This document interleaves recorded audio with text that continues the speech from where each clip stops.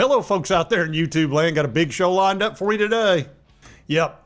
Petitti wants no more penalties for Michigan. He has, actually wrote a letter. And look, I know this. Well, actually, let me put it back up.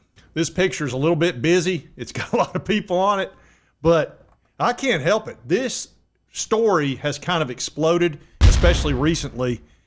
And it all started back in December of 2022. And I'm going to show you some things about that here in a minute. But Petitti chiming in about this, it kind of surprises me, but you've also got to realize that Petitti is the commissioner for the entire Big Ten, and he cares about every team. He has to. That's his job. So I'm not shocked beyond belief. But given the circumstances of what happened to all the Big Ten coaches and the teams that wound up having to deal with Michigan for those 3 years when Connor was stealing their signs and using them to bludgeon them with, it's probably not a very popular opinion up in Big Ten world. As a matter of fact, I can almost assure you of that. Outside of the state of Michigan, it's probably an extremely unpopular position he's taken. And then, of course, Joe Milton coming out of a few days ago with the whole that he believes South Carolina cheated Tennessee. And that's actually what got all this started back in December of 22 was a message board post talking about how there were scouts at Tennessee's game, Kentucky versus Tennessee, a few weeks before they played South Carolina. The theory being that Connor was trying to derail Tennessee and Clemson, and that's why he was scouting those games, so he could send the signals to a team that could knock them out. And that's something Connor bragged about a lot on Bussin' Boys, that he loved doing that kind of thing. He was not only going to get the signs for the teams that Michigan wanted to play or that were going to play, but any team that could be a problem for them making that 4-team playoff. So anyway, let's get into Petitti's letter and the story about it. And also, of course, you know that I've accepted Carolina Jackpot's offer or challenge to debate him about the South Carolina-Tennessee sign-stealing scandal.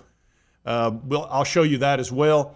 And Buckeye Scoop ran a big video last night all about the Joe Milton and the origins of this whole thing. I'll show you some clips from that as well. This can be a big show, so you better hold on. And if you're a Michigan fan, this is probably going to upset you. So, as usual, humongous, tell them, just walk away. Yeah, now's the time to walk away, Michigan fans. I don't want to upset you too much now, but if you're tough enough to handle this, you know, you might enjoy it. You won't enjoy it. And this showed up on ESPN. It says Petitti's letter calls for no new penalties in Michigan's sign-stealing scandal. It talks about how his job is to advocate for what he believes is best for one of the league's teams.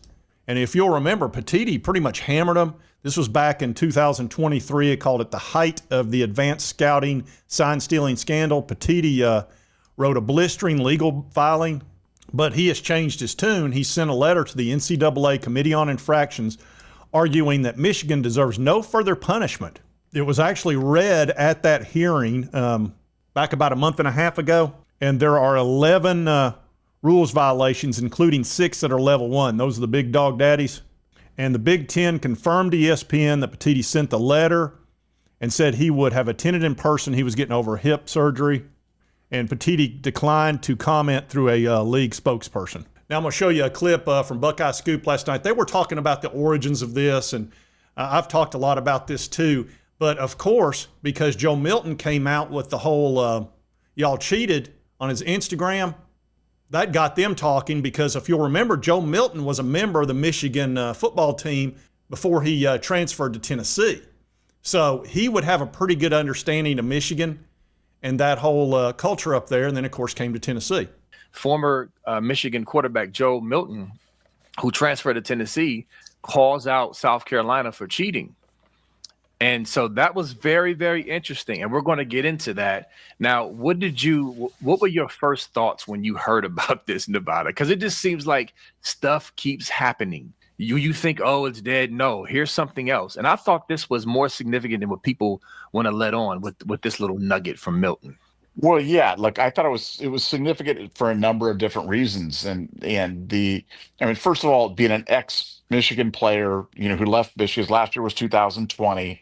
So certainly aware, certainly had, contacts on the team, good friends through 2021, 22, 23, yeah, that. So Joe Milton certainly would be speaking from a position of knowing what he's talking about. And so that's one thing. Secondly, what's been really interesting about this whole scandal has been the SEC vibe through this.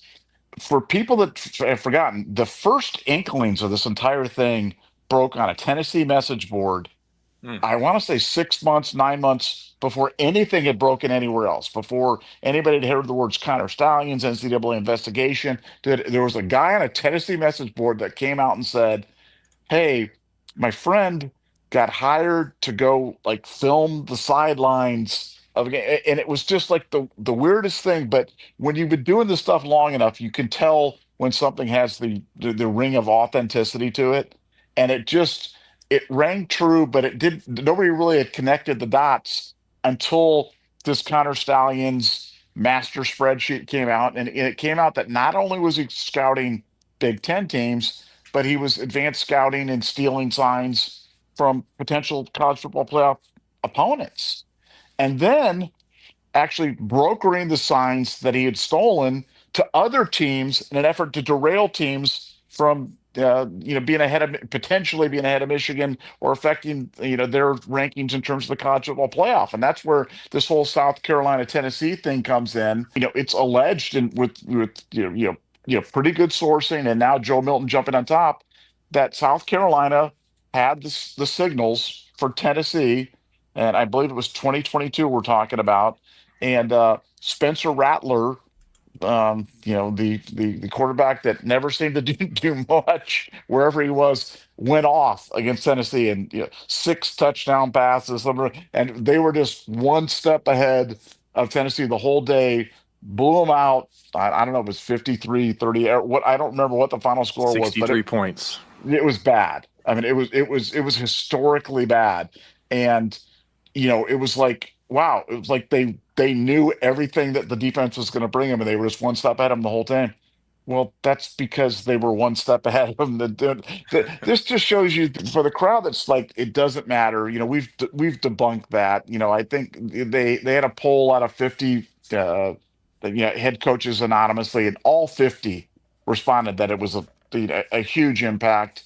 And to B. Moses, he said that I'm extremely hard to get a hold of. He is correct about that. And I have reached out to them. I actually emailed them. They've emailed me back. These are some people I need to talk to, and they may want to talk to me. But anyway, they're right. I mean, to have a former Michigan player call out South Carolina and say, y'all cheated. I mean, if anybody would have at least a little bit of information about that, it might be a former Michigan player. But I've shown you all the circumstantial evidence. I'm not going to go through that today. But Tennessee was favored in that game by, 3.5 touchdowns? And then, by the way, the whole wristband thing, where South Carolina wore the wristbands for the first time that year, according to Holly Rowe, according to multiple reports. And actually, the South Carolina people told her that. That's where she got the information from. They didn't wear those wristbands the next year, and realize we wound up beating them by like 24 points. It was something like 41-20. No, it's maybe 3 touchdowns. And the same Spencer Rattler that threw for 6 touchdowns and like 400 yards and all that, we ran him out of his own end zone. We sacked him 6 times, had 8 tackles for loss, because you didn't know where we were or where we were coming from. When you were over in South Carolina and you had all the signs. Allegedly. You knew exactly what position we were in, what defense we were calling. Think about that. Connor will tell you having the defensive play signals is even more important than the offense. And here's why. The offense can speed up and make it a little bit more difficult for you to get in position. But see, the offense can take their time, and they can see the signal come in for the defense and say, oh, they're set up to play against the pass. Well, we'll run the ball. And we can change out of the offense we're already in. Basically, just call it an audible. So you can take your time back out and say, okay, they're set up for us to pass the ball. We're going to go into this run scheme offense. And vice versa. If they're all up front and they're going to put some pressure on you and try to take the run from you, well, that's pretty easy to get into a position where you can go deep. or throw on top of the linebackers and burn them. So it is actually more important to have the defensive play calls, even though it's great to have the offensive play calls. I mean, it's such a huge advantage to know what the team is going to do.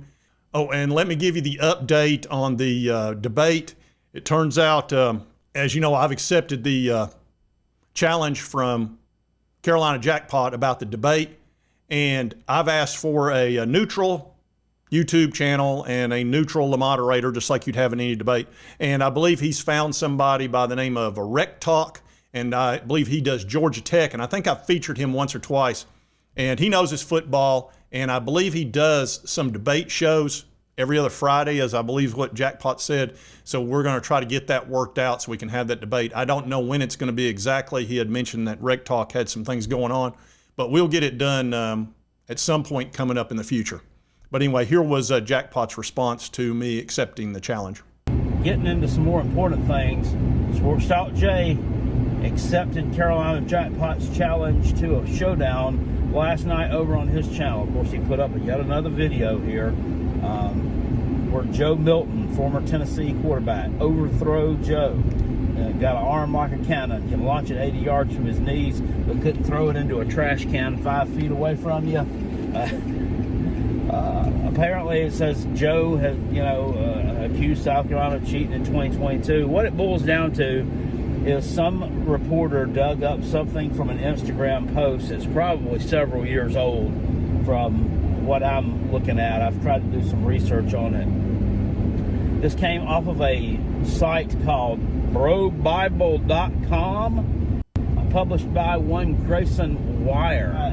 This is really examples of really, really bad journalism. And look, if this story was something reputable that Joe Milton had came out and done on like Bussin' with the Boys or any of these other platforms that are watched by a lot of people that are like really, really important in the world of college sports and college football and just sports in general, I might be a little bit concerned. But this, I ain't. And I still ain't. I still wouldn't be anyway, even if he said it on Bussin' with the Boys. If he wants to, go on there, because I believe what I believe. South Carolina had nothing to gain from that incident. Shane Beamer is innocent. And I can't believe there's not more Gamecock people coming out and defending him on the Sports Talk J comment section. They probably don't. They probably don't, because they're probably wary of it because they know they get cooked. Well, they're not getting cooked in the sense of they're not getting beat up with facts. They're just getting beat over the head by dumb Tennessee fans who regurgitate some of the dumb stuff that Jay spews in the original videos. But it's fine. I've accepted his challenge to a debate. I didn't know we called it a debate now. I just wanted him to come over to the channel and get on the live show and talk with us about it. And I'd let him say his piece, but apparently he wants to turn it into a whole ass debate, which is fine with me. And I have selected one Rec Talk as the person to hold the debate on his channel. We're going to do it sometime in the near future. Rec Talk's actually got some stuff going on. He's moving some stuff around. So he's probably going to be, if we don't do it real soon, it's probably going to be several weeks before he can do it. Well, that's fine. As long as we get it in before the season starts, we'll be fine. Because after the season starts, everybody's going to be too busy to mess with that junk. Yep. So we'll, of course, let you know when that debate is all set up and time. That way, this will give us time to prepare and also get the word out so people can come watch that, because I think it'll be very entertaining. So, yeah, be looking for that debate. That ought to be something. Well, I didn't think you had it in you. I'm your huckleberry. Why, Johnny Ringo, you look like somebody just walked over your grave. And also, Tony Petitti. Look, he kind of had to go to bat for Michigan. I know it doesn't make sense given the fact that he had given them a 6-game penalty or whatever, or suspended Jim Harbaugh multiple times, not only over the recruiting violations, but then over the whole sign stealing thing. But he's also got an overall job to do. Now, I'll go ahead and tell you, Tony, if you think they're going to get out of this scot-free, you can forget that. It's not going to happen. Yeah, it's not going. Listen to Regina George. She'll tell you straight up it's not going to happen. Anyway, hopefully in the next few weeks, and I'll tell you another person I'd like to have on my show is Justin Spiro. He's a guy that from Michigan State that has done great work on this, along with Nevada Buck and Buckeye Scoop. And we'll see if we can get that worked out somehow. Anyway, if you like this content, be sure to hit that like button. Let's continue to cover all these big college sports stories. If you've not subscribed, boom, boom, boom, hit that button right there. It will not cost you a dime. Help you get my videos. And right over here's a video YouTube thinks you'll enjoy based on your viewing history. We'll see you next time on Sports Talk Jay. Jerry, just remember, it's not a lie if you believe it.